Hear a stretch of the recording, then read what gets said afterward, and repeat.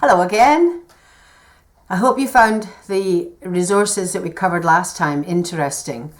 Utilizing your imagination appropriately, paying attention to using your rational mind to bring balance to your emotions, and also the observing self and the possibility of looking at mindfulness, or at least meditation in one form, as a way of really connecting with that.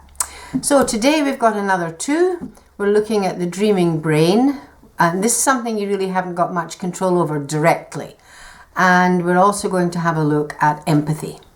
So the dreaming brain is an aspect of our well-being in as far as during the night, one of the main functions of dreaming is to restore the emotional arousal during the day that's not been dealt with to homeostasis, back to a balanced state. And if you consider a really good night's sleep, what normally would happen would be you'd have a little dreaming phase, little mini dreams, somewhat hypnotic, and then you'd plummet into deep sleep. And these are all brainwave states. So you plummet into deep sleep, which is basically the body's housekeeping phase, and that goes on for about an hour and a half.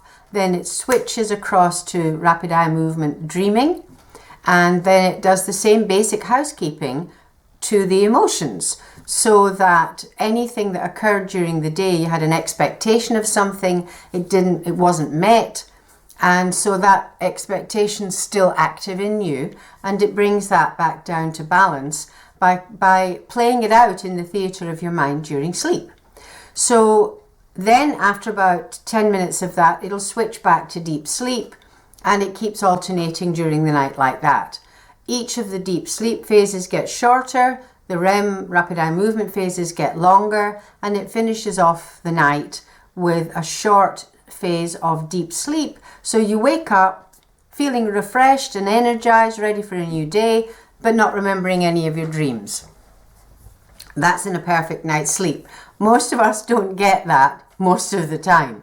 But the purpose of dreaming is absolutely crucial to our well-being. We've done studies of sleep deprivation with people, and they end up hallucinating and really has very detrimental effect.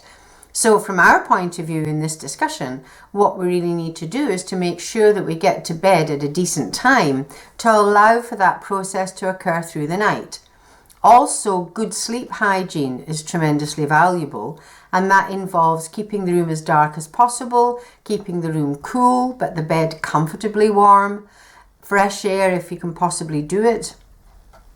Ideally, turn the clock or the clock radio away from you, or turn, if you're able to turn the vision part down, so that when you wake up in the middle of the night, if you do, then you don't look at the time and think, oh my God, so you're not going to see it.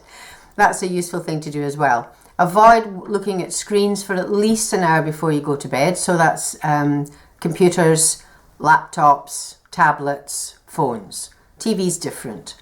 And also making sure that you don't have a heavy meal too late, because then the body thinks it's still time to be digesting. It's not time to go to sleep, and you don't want that. So sleep hygiene in this context is really very important.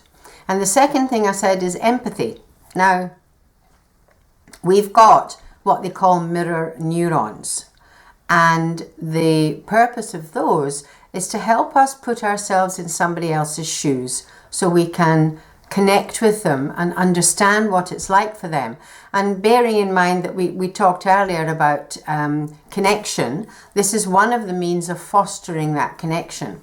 So the fundamental distinction between empathy and sympathy, in other words, the utilization of those mirror neurons appropriately, is the difference between somebody who steps in to help you as if they're in it with you, which is no help at all, versus somebody who can really connect with how that must be for you, but still stay outside so they're in a position to help.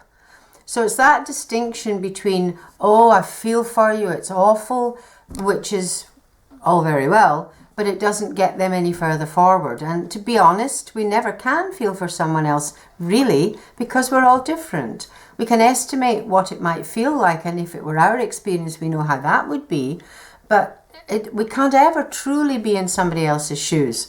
So having that little bit of distance so that we're in a position to be helpful rather than getting caught up in all the emotional drama ourselves is significantly meaningful. So I'm only covering 2 today. We've got 1 more next week. Excuse me. We've got 2 more next week, and then the one after that. And then we'll be at the end. So we're well through halfway. And again, see what you can do with, pay attention to your sleep habits, and also pay attention to your capacity to be empathic and to make the distinction between empathy and sympathy if you come across somebody who's distressed in the interim. Other than that, I'll catch up with you again soon. Take care, have fun, see you later. Bye-bye.